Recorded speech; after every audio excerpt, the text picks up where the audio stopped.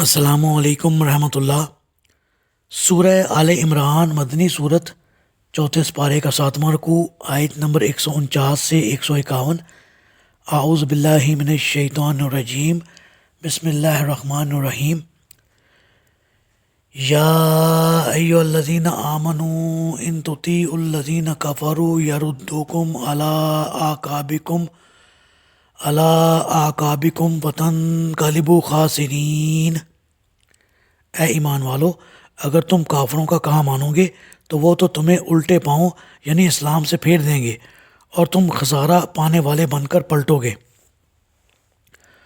بل اللہ مولاکم وہو خیر الناصرین، بلکہ حقیقت یہ ہے کہ اللہ ہی تمہارا سرپرست ہے اور وہ سب سے اچھا مددگار ہے۔ جی،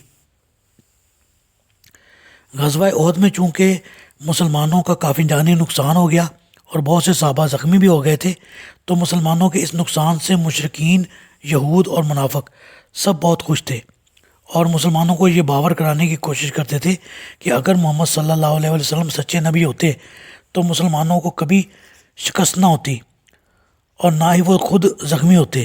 نیز آئندہ بھی اگر جنگ ہوئی تو تمہارا یہی اشر ہوا، تو اس سے یہ بہتر نہیں کہ اب بھی اپنا نفع اور نقصان سوچ لو۔ کچھ مسلمانوں کو تانے بھی دیتے۔ اللہ تعالیٰ نے مسلمانوں سے فرمایا کہ اگر تم ان کی باتوں میں آ گئے تو پھر یہ لوگ تمہیں اسی جاہلی دور کی طرف لوٹا دیں گے جس سے اللہ نے اپنے فضل سے تمہیں اسلام کے ذریعے نکالا ہے۔ نیز یہ کہ یہ لوگ کسی حال میں بھی تمہاری مدد نہیں کریں گے۔ اللہ پر بھروسہ رکھو اور ثابت قدم رہو، وہی تمہارا سب سے اچھا مددگار ہے۔ سنلقی فی قلوب الذین کفروا الرعب بما اشرکوا باللہ ما لم ینزل بہ سلطانا ومأواہم النار وبئس مثوی الظالمین۔ ان قریب ہم کافروں کے دلوں میں تمہارا رعب ڈال دیں گے۔ وجہ یہ ہے کہ انہوں نے اللہ کے ساتھ ایسی چیزوں کو شریک بنایا جن کے لیے اللہ نے کوئی دلیل نہیں اتاری تھی۔ ان کا ٹھکانہ دوزخ ہے اور ان ظالموں کا ٹھکانہ بہت ہی برا ہے۔ جی، آپ صلی اللہ علیہ وسلم کے زخمی ہونے کے بعد جب مشرکین نے گھیرا ڈالا اور صحابہ کرام نے نہایت جاں بازی سے مشرکین کو منتشر کر دیا، تو آپ صلی اللہ علیہ وسلم نے ہمت کر کے نہایت دانشمندی اور حربی مہارت سے نقشہ جنگ میں تبدیلی کی اور ثابت قدمی کے ساتھ پہاڑ کی چوٹی پر چڑھ گئے۔ آپ کے اس اقدام سے فوراً جنگ کا نقشہ بدل گیا۔ ابو سفیان نے آپ کو دیکھا تو فوج لے کر پہاڑ پر چڑھنے کی کوشش کی۔ اوپر سے صحابہ نے پتھر برسائے، لہٰذا وہ آگے نہ بڑھ سکا۔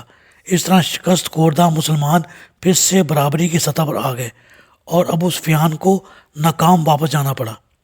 چونکہ یہ جنگ فیصلہ کن نہ تھی اور اسی حال میں ابو سفیان واپس چلا گیا، لہٰذا آپ صلی اللہ علیہ وسلم کو خیال آیا کہ کہیں ایسا نہ ہو کہ ابو سفیان واپس مڑ کر مسلمانوں پر دوبارہ حملہ کر دے، لہٰذا آپ نے صحابہ کو تعاقب کا حکم دیا۔ چنانچہ زخم خوردہ اور غمزدہ مسلمانوں میں سے 70 آدمیوں کی ایک جماعت تعاقب کے لیے تیار ہو گئی اور وہ مدینہ سے نکل کھڑے ہوئے اور مدینہ سے 8 میل دور حمراء الاسد تک پہنچ گئے۔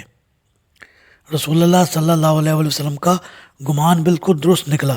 ابو سفیان جب مقام روحا پر پہنچا تو اسے خیال آیا کہ کام تو ناتمام ہی رہ گیا، لہٰذا واپس مدینہ چل کر دوبارہ حملہ کرنا چاہیے۔ ان حالات میں اللہ تعالیٰ کی مدد مسلمانوں کے شامل حال ہوئی۔ قبیلہ خزاع کا رئیس معبد مسلمانوں کی شکست کی خبر سن کر دل جوئی کے لیے رسول اللہ صلی اللہ علیہ وسلم کی خدمت میں حاضر ہوا۔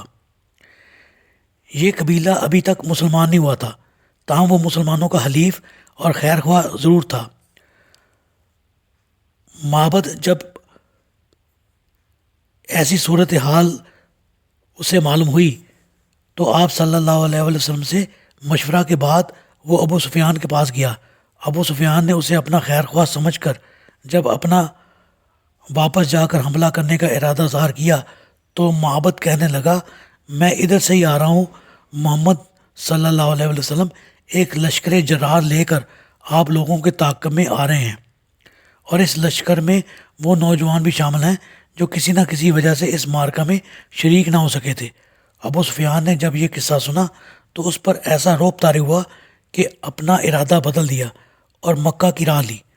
اللہ تعالیٰ سے دعا ہے اللہ تعالیٰ ہمیں اسلام پر ثابت قدم رکھے اور ہمارا خاتمہ ایمان پر فرمائے، آمین۔